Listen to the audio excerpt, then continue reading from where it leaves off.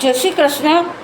હું અમદાવાદની પ્રજ્ઞાબેન રાધેશ્યામ શુક્લ મારી ચેનલ મારું મંતવ્યમાં આપનું સ્વાગત કરું છું. આજે હું બધાને મનગમતો વિષય લઈને આવી છું, ગરબો.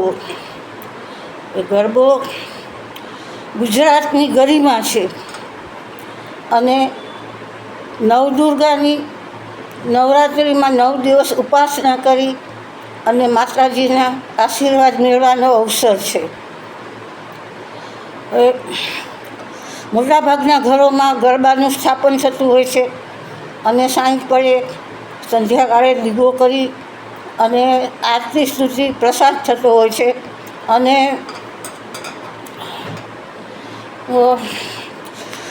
5 બેઠા ગરબા થતા હોય છે અને 9 દિવસ આવી રીતે ભક્તો માતાજીની ઉપાસના કરે છે. એ ગરબો માટીનો હોય છે, તાંબાનો, પિત્તળનો અને ચાંદીનો પણ હોય છે. અને ગરબો એ શરીર પ્રતીક છે. એમાં રહેલો દીવડો, દીવાની જ્યોત એ આત્માનું પ્રતીક છે અને એની અંદર રહેલી ઝાડીઓમાંથી પ્રકાશ ફેલાય છે. એ આપણને નવી ઉર્જા આપે છે.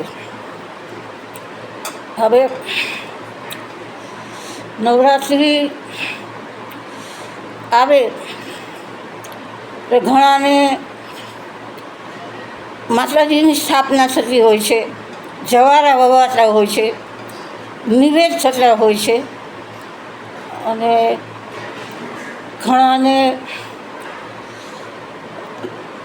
ઉપવાસ થતા હોય છે, ઘણા અનુષ્ઠાન કરતા હોય છે, ઘણા 3 ઉપવાસ કરતા હોય છે. આમ જુદી જુદી રીતે 9 દિવસ માતાજીની ઉપાસના બધા કરતા હોય છે. સૌને સુખ આપનારી, સૌને દુઃખ હરનારી, સૌને ધન ધાન્ય અને સ્વાસ્થ્ય આપનારી જગદંબા નવરાત્રિ ઉપર એની કૃપા વિશેષ હોય છે. હવે પહેલું નોરતું, તો પહેલાં નોરતાના દિવસે ખેલૈયાઓને પગમાં બહુ થનગનાટ હોય છે ગરબા ગાવા માટે અને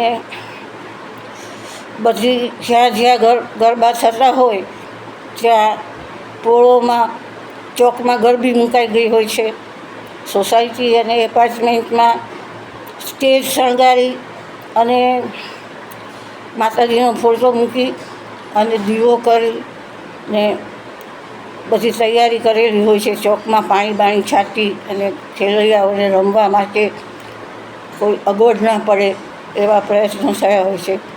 અને પાર્ટી પ્લોટમાં તો ધૂમ તૈયારી હોય છે અને ડેકોરેશન સારામાં સારું કરેલું હોય છે અને લોકો પાર્ટી પ્લોટમાં પણ ગરબા ગાવા જતા હોય છે.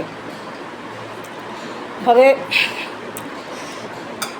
પહેલું નોરતું એટલે વર્ષાની વિદાય અને શરદ ઋતુનું આગમન. મંદ મંદ પવન વાતો હોય છે અને વાદળા વરસીને આઘા ગયા હોય છે અને આકાશ સ્વચ્છ હોય છે અને તારલિયાઓ ટમટમતા હોય છે જાણે કે ચંદરવો. હવે પહેલા નોરતે આપણે જોઈએ ખાસ તો પોળમાં, અમદાવાદની પોળોમાં ગરબા ગવાતા હોય છે અને બહેનો 8:30-9 વાગે તૈયાર થઈ અને આજે બધાએ નક્કી કર્યું હોય છે, બાંધણીની થીમ રાખી હોય છે એટલે જુદા જુદા કલરની સરસ બાંધણીઓ પહેરી, કપાળમાં ચાંદલો, શેઠામાં સુંદર સિંદૂર અને મંગળસૂત્ર અને મેચિંગ બંગડીઓ પહેરીને ગુજરાતનો ગરબા ગાવા નીકળે છે અને છોકરીઓએ બાંધણીના ચણિયા ચોળી પહેરેલા હોય છે. આમ પહેલાં નોરતે ગણપતિનું સ્મરણ થાય છે અને માતાજીનું આહ્વાન થાય છે. પ્રથમ સારું ગણપતિની શારદા લાગુ પાય કે રમવા નિસરામાં લીલી અટલાસનું કાપડું ને સારું કસબી કોર કે રમવા નિસરામાં. આમ કરી અને ઢોલના તાલે બહેનો વાંકી વળી અને 3 તાળીના ગરબા લઈ અને ગરબા ગાય છે અને બહુ ઉમંગ હોય છે દરેકમાં. અને છોકરીઓ પણ ઘૂમી ઘૂમીને ગરબા ગાતી હોય છે, જાણે કે ગરબે રમતું ગુજરાતની ગરિમા. ત્યારબાદ પાર્ટી સોસાયટી અને એપાર્ટમેન્ટ. તો સોસાયટીઓમાં અને એપાર્ટમેન્ટમાં ફ્લેટમાં જ્યાં મોટો ચોક હોય ત્યાં સ્ટેજ શણગારાઈ ગયું હોય છે, માતાજીનો ફોટો મૂકે છે, દીવો કરે છે અને ભક્તિમય વાતાવરણ હોય છે અને બહુ સરસ ડેકોરેશન કરેલું હોય છે. અને છોકરીઓ અલગ અલગ ચણિયાચોળી પહેરીને આવી હોય છે. કોઈના ચણિયાચોળી રાજસ્થાની સ્ટાઇલના હોય છે, તો કોઈના લહેરિયા ટાઈપના હોય છે, તો કોઈના મારવાડી ટાઈપના હોય છે, તો કોઈના રબારી ટાઈપના આભલા અને ભરત ભરેલા હોય છે, તો કોઈના કોડીના હોય છે. એમ ભાતના ચણિયાચોળી બહુ સરસ લાગે છે. એની સાથે અલગ અલગ ઓર્નામેન્ટ્સ, એટલે કોઈએ ઓક્સોડાઇઝના ઓર્નામેન્ટ્સ પહેર્યા હોય છે, તો કોઈ કોડીના પહેરે છે, તો કોઈ રેશમના પહેરે છે. આમ જુદી જુદી જાતના ઓર્નામેન્ટ્સ બહુ સરસ લાગે છે. અને છોકરાઓએ કેળિયું ચોળણી પહેર્યા હોય છે અને માથે પાઘડી કે ફેંટો બાંધ્યો હોય છે, તો કોઈએ ભરત ભરેલી ટોપી પહેરી હોય છે અને ભાઈઓ ઝભ્ભો ને ચોળી પહેરી ખેસ પહેરીને ગરબા ગાવાય છે. બહેનો સુંદર સુંદર સાડી પહેરીને આવી હોય છે. નાની નાની છોકરીઓ બહુ સરસ ચણિયાચોળી પહેરીને આવીને બહુ સરસ લાગતી હોય છે. એનો તો ઉત્સાહ જ બહુ જુદો લાગતો હોય છે અને બધા ખૂબ ઉત્સાહથી ગરબા ગાય છે. અને હવેના સ્ટાઇલમાં તો તાળીઓ તો જતી જ રહી છે, પણ જુદી જુદી એક્શનથી ખૂબ ઘૂમીને ફૂદરડી ફરી અને ગરબાઓ ગાતા હોય છે. એ બહુ સારું લાગે છે. પહેલું નોરતું હોય તો 1:30-2 વાગ્યા સુધી ગરબા ચાલતા હોય છે અને ત્યાર પછી આરતી સ્તુતિ થતી હોય છે, પછી પ્રસાદ અને ત્યાર પછી પાર્ટી પ્લોટના ગરબા. તો પાર્ટી પ્લોટમાં ટિકિટ મોંઘી હોય છે, પણ સગવડ પણ એટલી જ હોય છે. વિશાળ જગ્યા, લોન પાથરેલી હોય, પાણી છાંટેલું હોય અને સારામાં સારો ગાયક કલાકાર હોય, સારામાં સારા ઇન્સ્ટ્રુમેન્ટ હોય અને ખેલૈયાઓને ગરબા ગાવાનો બહુ ઉત્સાહ હોય છે. અને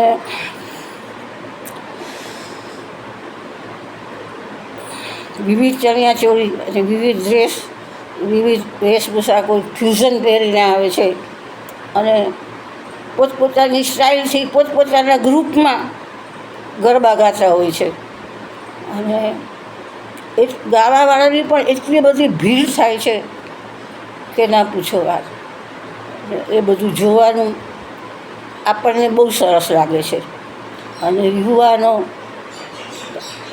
આધુનિક ગરબાઓ બધા ગવાતા હોય છે, ઝડપી ફાસ્ટ હોય એવા ગરબા ગવાતા હોય છે.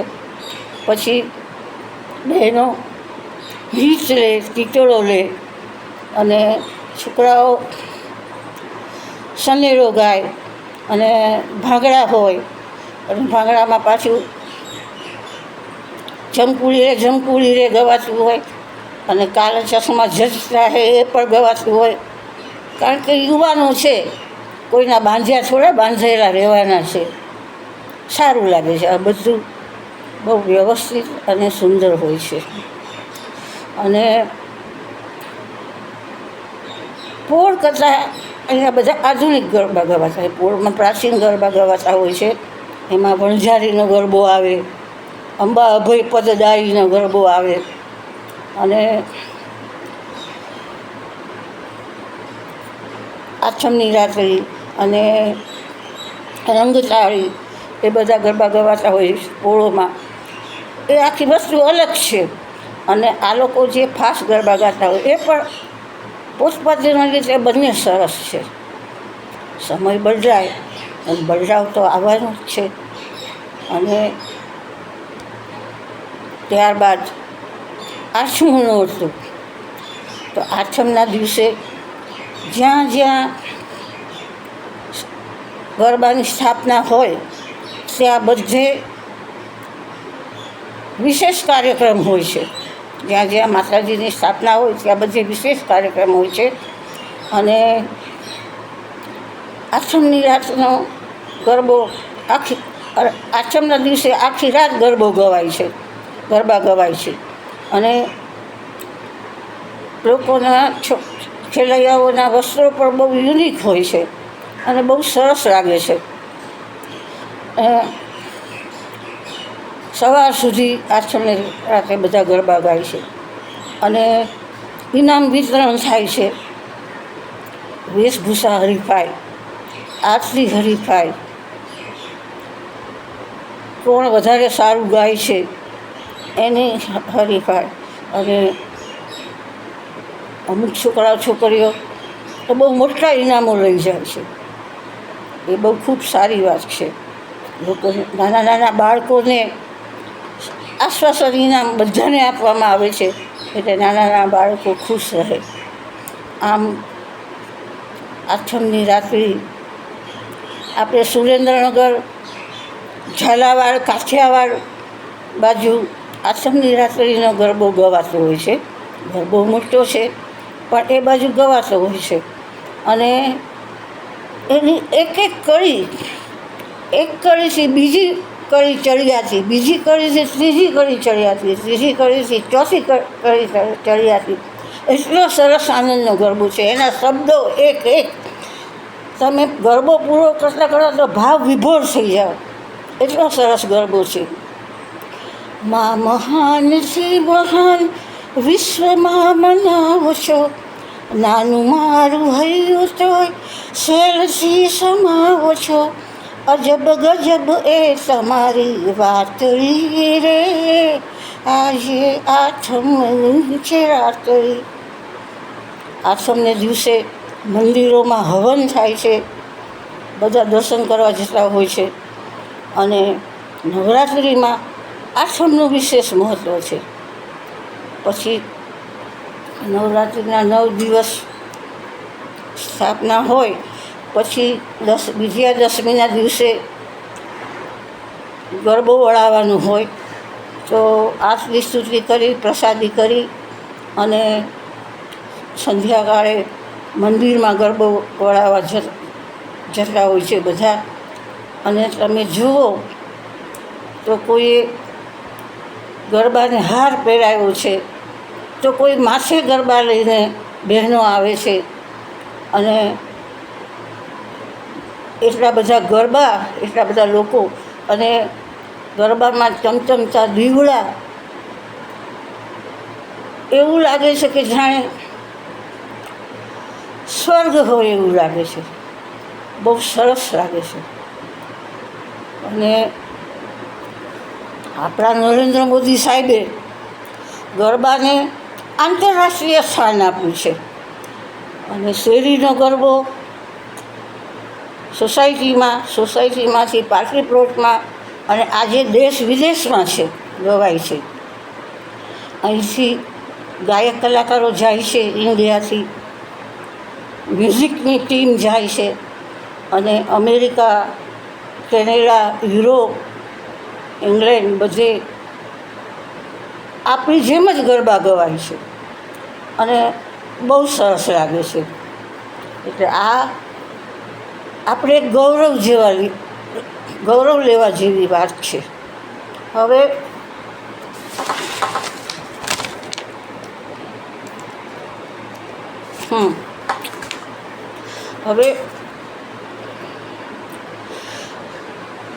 ગરબાનો વિડીયો હોય તો ગરબો તો ગાવો જ પડે.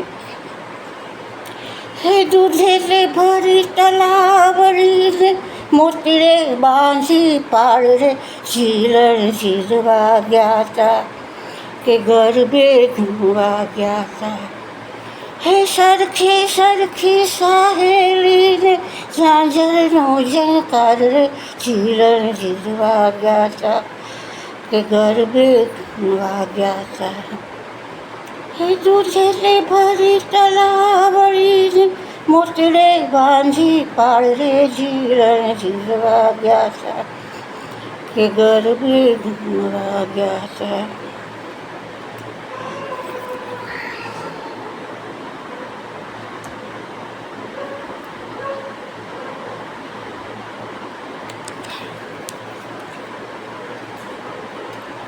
આજ ગગનેથી ચંદન ઝોળાય રે, સયરમને આ સોના ભણકારા તા.